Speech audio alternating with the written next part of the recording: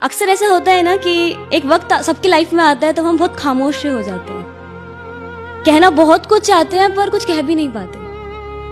तब अकेले होने के बहाने ढूंढते रहते हैं और खुद ही से बातें किया करते हैं, सवाल भी खुद ही पूछते हैं और जवाब भी खुद ही देते हैं। तो ऐसे एक जॉन ईले सर की एक शायरी है जिसने मुझे बहुत कनेक्ट किया। तो पहले उन्हीं की 2 लाइन बोलूंगी, फिर उनसे जो मैंने इंस्पायर होकर जो लिखी है वो। तो उनकी है कि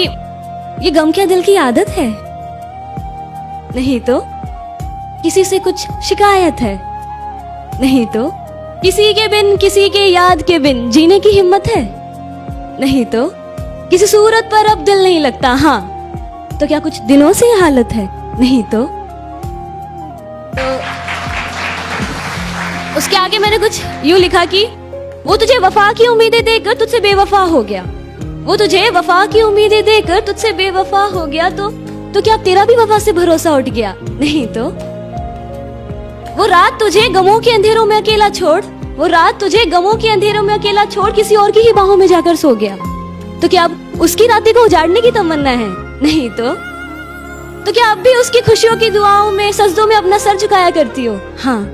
तो क्या अब भी उसके वापस लौट आने का इंतजार करती हो, नहीं तो फिर उसे भुलाकर फिर से नए प्यार करने की चाहत है, नहीं तो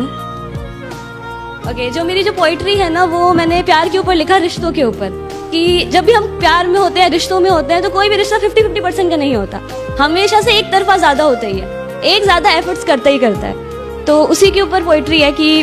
पहले मैं कैसे उनसे प्यार किया करती थी कि गलती मेरे ना होने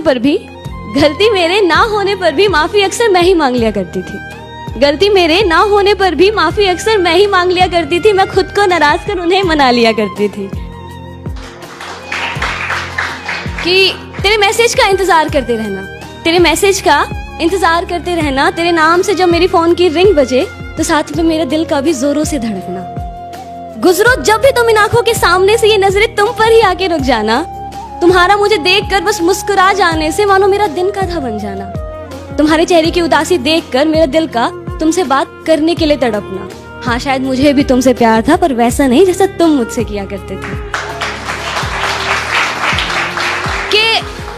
कि उनकी छोटी छोटी बातों को पूरे ध्यान से सुनना, कि उनकी हर छोटी छोटी बातों को पूरे ध्यान से सुनना, उनकी कही गई मुझसे प्यार भरी एक लाइन को दिन में 100 बार रटना,